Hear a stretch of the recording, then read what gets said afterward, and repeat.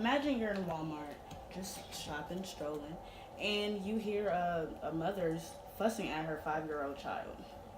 Now she's fussing at her 5-year-old child because the child's been screaming all throughout the store, and as she's fussing at this child, the child starts to yell back at her. What's the first thing that pops in your mind to do? Today we'll be talking about corporal punishment. Um, Today we're talking about corporal punishment. Um, we're talking about if parents should use corporal punishment on their children or is it child abuse. First off, let's talk about what corporal punishment is. Corporal punishment refers to the use of force to cause pain, but not injury for the purpose of correction or control. It was meant for correction and control. It serves as a control punishment for the child. Um, Eventually, if we don't already have kids, we may eventually have kids. So when the time comes about where they do something wrong or they're in the wrong, we'll need to know what to do. Me myself, I'm a product of corporal punishment, and I don't think it turned out too bad. But I've also witnessed other people. I've also witnessed other people not have to deal with corporal punishment, and I saw how that went for them. So I feel that um, that makes me eligible to talk about this topic. Today we'll be talking about the advantages and the disadvantages of corporal punishment. The advantages of corporal punishment. First and foremost, it teaches the child right from wrong. If you were to tell the child, let's say you have a young child and you pop them and say, hey, no, don't do that. It teaches them, hey, one, that hurt, and two, I probably shouldn't do that. So that's right from wrong. Second off, according to Wolf and Iron, an article that was on Wolf and Iron, pain serves as a powerful reminder, whether it be physical pain, emotional pain, but in this case, emotional pain serves as a powerful reminder. And for example, let's say that we all have the instance of touching a hot stove. Even if we were told not to touch the hot stove, just out of curiosity, we've probably done it before. And touching the stove, you realize I probably shouldn't touch that anymore because it hurts. So with that being said, that goes to show that pain serves as a reminder. Well, example of how pain serves as a reminder. The third advantage is that it keeps them out of trouble, and for us Christ followers, it keeps your soul out of trouble and it rescues your soul. According to Proverbs 23, verse 13 through 14.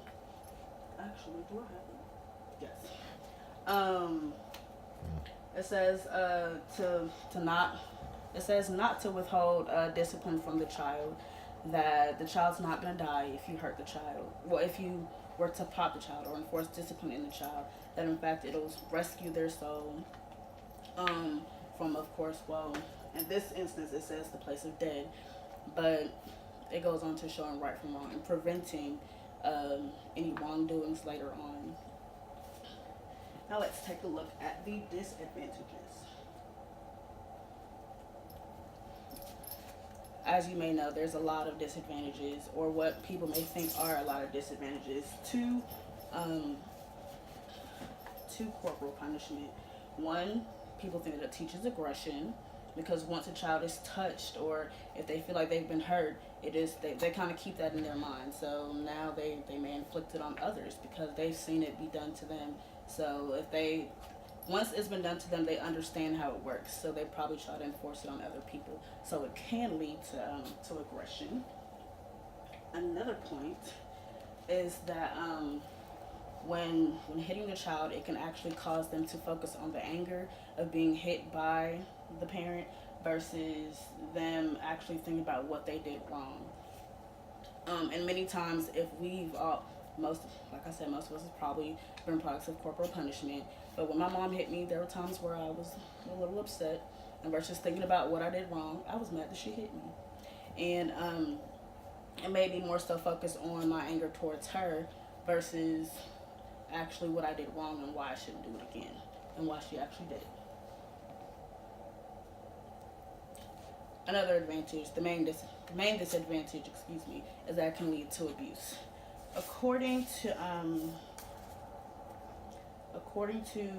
article on NOLA, it was saying on NOLA.com, it was saying that when parents typically use corporal punishment as their first source or their main source of punishment, that it starts to trigger their aggression, and that after triggering their aggression, that'll cause them to, I guess, more so beat their kids or abuse their kids or use stronger forces to beat their kids, versus just their hand. They'll pull out belts and whips and all type of stuff to whip their children. So it can lead to abuse, and there's been many cases where it has been led to abuse.